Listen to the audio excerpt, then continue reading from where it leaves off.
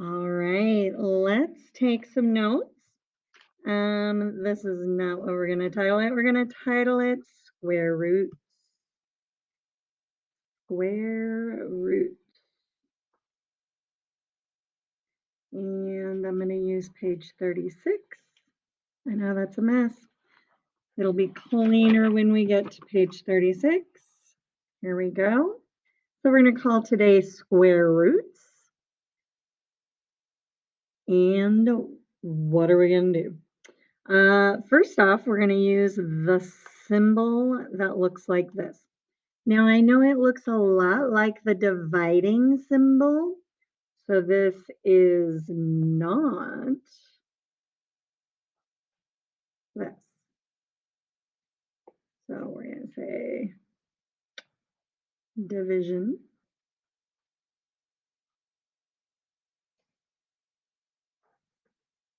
Square root.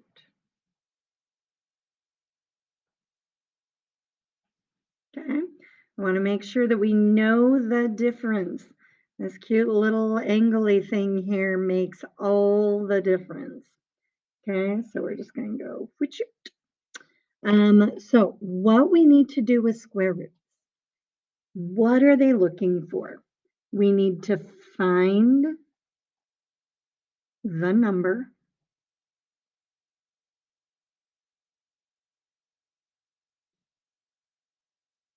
that multiplies by itself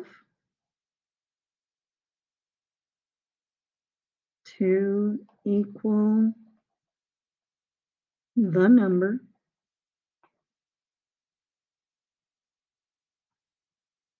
inside the square root symbol. Okay. Now, I know some of you are panicking because you don't have your multiplication tables memorized. Some of you are like, well, how many things am I going to have to figure out and how's it going to work and what am I? Okay, everybody take a deep breath. Remember, it's just math. It does not hurt you. Okay, so let's do a couple of examples. We're going to do the square root of the number 1. Now, if you remember, 1 times 1 equals 1, and that's your answer. The square root of 1 is 1.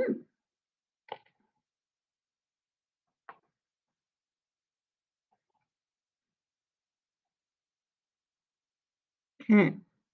Now, what if we looked at the square root of 4? Now, what times itself equals 4? 2 times 2 equals 4. So, the square root of 4 equals 2. What if we had the square root of 25? What times itself equals 25? 5 times 5 equals 25, right? So the square root of 25 is 5. Now, you can also look back at the page that we did the other day. And you can see 25. When 5 is squared, it's 25. So that means that the square root of 25 is 5. This is just like addition and subtraction being opposites and multiplication and division being opposites. Squares and square roots are opposite. Now, I'm also going to introduce a crazy addition to this. So if, and I'm just going to go to a different color here so that we see these as different. If I have the square root symbol, but I have a 3 right there, not in front of it, but in this little divot, this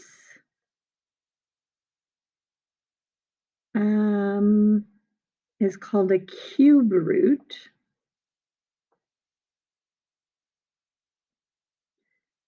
So we're looking for the number multiplies 3 times. Okay. So let's do a couple of examples. So if we do a cube root of 216, that is not something I expect you to have in your head. So you can do one of two things. You can flip back here and look for 216, and it is clear down here because we only did a few cube roots. Or I'm going to show you a little button on our calculator. Something that's really cool with our TIs is, if you remember when we were doing powers, we used this button to say like 7 to the 3rd power. Now what we're going to do is we're going to say 3 root of 216 is 6. What this means is the 3 is actually up here where that little X is. So it's a cube root, okay? So our calculator tells us that this is 6. We can do this with other numbers too. So what if I had the quad root of 10,000? 1, 2, 3, 4 zeros. I could say 4 root 10,000. And that equals 10. Okay, so on cube roots, you might find it easiest to use the calculator. Okay, so I'm going to say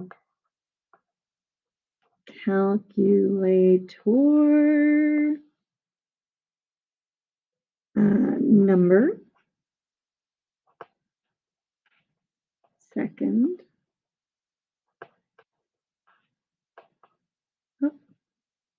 and then number in root. So that really shouldn't be that. It should be number in there. Okay. So we say, so, all right. We will take a little break there. All right, so that is how you do cube roots, quad roots. You can do a lot of different roots, but you got to know where you're starting from. Okay, so what we're going to do on the right side today is we are going to fill out this form, and then we're going to attach it to our book. So it says 120, exponents day 3. This is not something I want you to turn in. This is something I want you to create so that you have it. Okay, so we're going to start with square roots, the square root of 1. And I want you to put your thinking on paper. So 1 times 1 equals 1. Therefore, the value of the square root of 1 is 1. And then on and on down this side, the square root of 225. 15 times 15 equals 225. So the square root of 225 is 15. Then over on this side, I want you to do cube roots. Now, you might not be able to see it on my video, but there's a 3 there. So I'm looking for the cube root of 1. 1 times 1 times 1 is 1. So the cube root of 1 is 1. And you're going to go down and do these. There's this big square here. You might want to write yourself a note of how to put it in your calculator. If you're not using mine, you might want to make a note for your calculator. All right. Feel free to use a calculator for this, but I do want to see all the notes here when I get back on Monday. All right, guys. Have a great rest of your week. I look forward to seeing you when I get back.